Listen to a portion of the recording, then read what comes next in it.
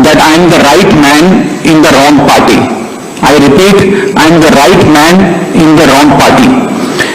इसलिए आज स्वागत, एक महत्वपूर्ण प्रेस कॉन्फ्रेंस है जिसे एड्रेस करने के लिए आज हम कुछ साथी इकट्ठे हुए हैं।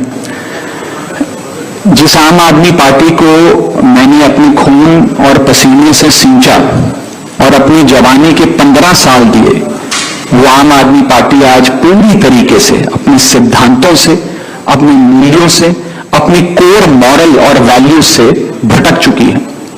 और अब ये पार्टी देश के लिए नहीं, देश के हित के लिए नहीं, बल्कि अपने पर्सनल फायदे के लिए काम कर रही है।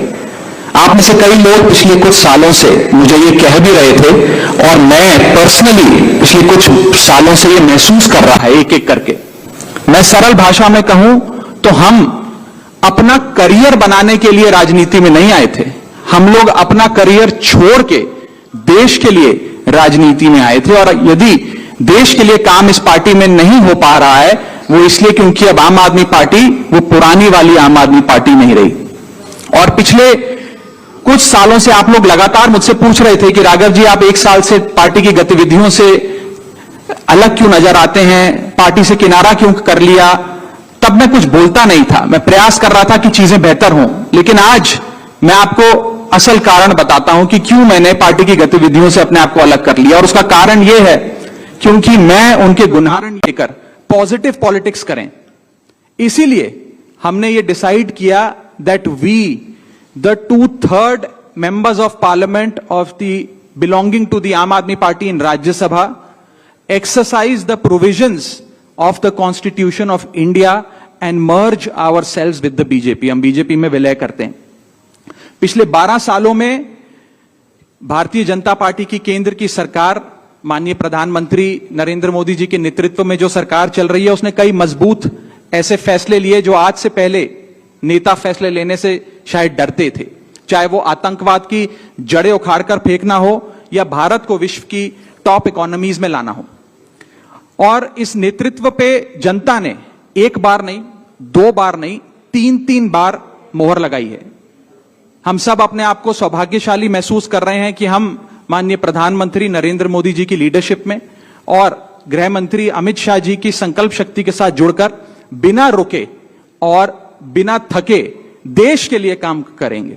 और जिन लोगों के मन में थोड़ी पीड़ा थी, दुख था कि मैं बतौर एक सांसद जो ऑर्डिनरी सिटीजन्स के ऑर्डिनरी इश्यूज को पार्लियामेंट में उठा रहा था, मैं शायद नहीं उठा पाऊंगा क्योंकि मेरी अपनी पार्टी ने मेरी आवाज बंद कर दी थी।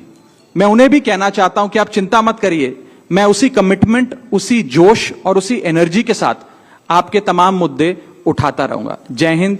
मैं अपने साथ हम ये अनाउंस करते हैं, मैं ये अनाउंस करता हूं कि मैं आम आदमी पार्टी से दूर जा रहा हूं और जनता के पास जा रहा हूं। पॉलिटिक्स में आने से पहले मैं एक प्रैक्टिसिंग चार्टर्ड अकाउंटेंट था। मंच पर बैठे मेरे साथी कोई साइंटिस्ट था, कोई एजुकेशनिस्ट था।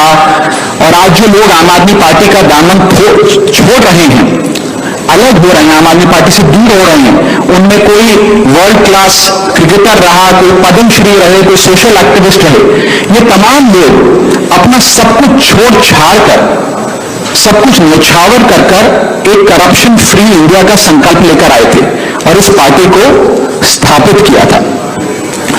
मैं इस पार्टी का फाउंडिंग मेंबर था। मुझसे बेहतर आम आदमी पार्टी को शायद ही कोई जानता होगा। हम सब ने मिलकर पूरी कमिटमेंट और डेडिकेशन के साथ इस पार्टी को दिल्ली में स्थापित किया, पंजाब में स्थापित किया और देश के अन्य राज्यों तक पहुंचाने का प्रयास किया।